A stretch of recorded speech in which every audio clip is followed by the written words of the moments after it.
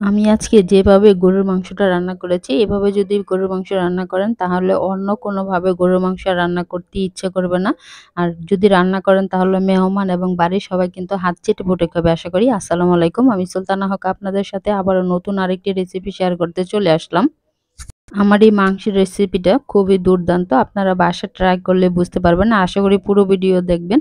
আর এখানে কোনো হলুদ মরিচের গুঁড়া বা অন্য কোনো এখানে ব্যবহার করিনি উপকরণ, শুধু আদা রসুনের পেস্ট, পেঁয়াজ বাটা, পেঁয়াজ বেরেস্তা আর শুকনো মরিচ দিয়ে এই মাংসটা আমি রান্না করেছি।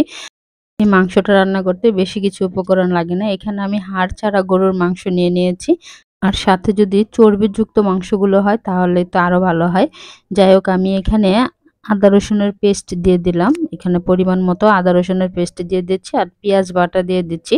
তারপর আমি এখানে একটু মাখিয়ে নিয়েছি। তারপরে এখানে আমি ২ টুকরো লেবুর রস দিয়ে দিচ্ছি।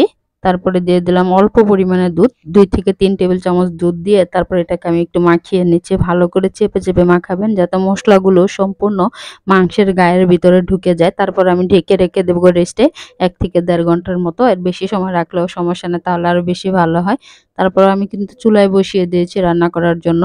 এটাকে আমি হাই হিটে প্রথমে রান্না করব। ততক্ষণ পর্যন্ত রান্না করব যতক্ষণ না মাংস থেকে পানি ছেড়ে আসছে।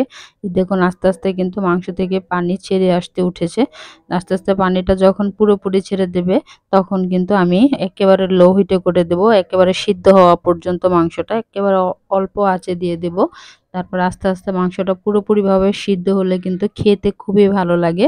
আর তাছাড়া আপনারা কিন্তু এই মাংসটা অবশ্যই টাটকা মাংস দিয়ে রান্না করতে চেষ্টা করবেন, কারণ ফ্রিজে রাখা মাংসগুলো থেকে যে পানি বের হয় এটা তো আপনারা সবাই মোটামুটি জানেন। আর পানিটা কিন্তু ফ্রিজে রাখলে মাংসের পানিটা শুষে নেয়, তাই পানি বের হতে চায় না। এখন আমার দেখুন আমার কিন্তু পানিটা উঠে এসেছিল। তারপরে সিদ্ধ হওয়া পর্যন্ত আমি প্রায় ২ থেকে ২.৫ ঘন্টার মতো কম আঁচে অল্প আঁচে একেবারে বসিয়ে রেখেছিলাম।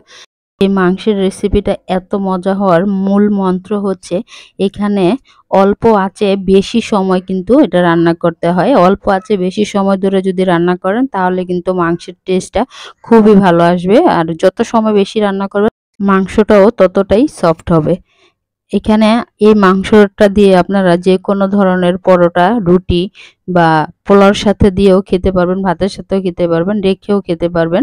এখন আমি পেঁয়াজটা বেরেস্তা করে নিয়েছি, পেঁয়াজটা বেরেস্তা করেছি আর এখানে শুকনো মরিচ ভালো করে ভেজে নিয়েছি যাতে মুচমুচে হয়। তারপর এটাকে আমি হাত দিয়ে চটকে একটু গুঁড়ো করে তারপরে এখানে দিয়ে দিচ্ছি। দিয়ে এটাকে আমি ভালো করে নেড়েচেড়ে পানিটা পুরোপুরি শুকিয়ে নেব। যখন নাকি তেলটা ছেড়ে আসবে মাংস থেকে তখনই বুঝতে হবে যে রান্নাটা পুরোপুরি হয়ে গেছে।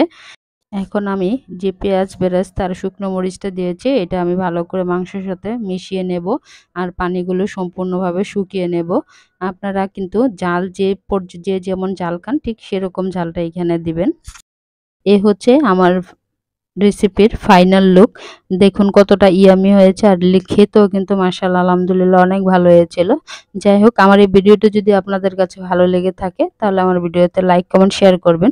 আর যদি আপনারা কেউ আমার চ্যানেলে নতুন হয়ে থাকেন তাহলে আমার চ্যানেলটি সাবস্ক্রাইব করে বেল আইকনের অলে যদি প্রেস করেন আমার নতুন ভিডিও আপলোড দিলে এর নোটিফিকেশন আপনাদের সামনে পৌঁছে যাবে।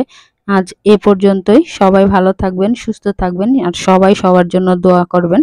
আসসালামু আলাইকুম। আল্লাহ হাফেজ।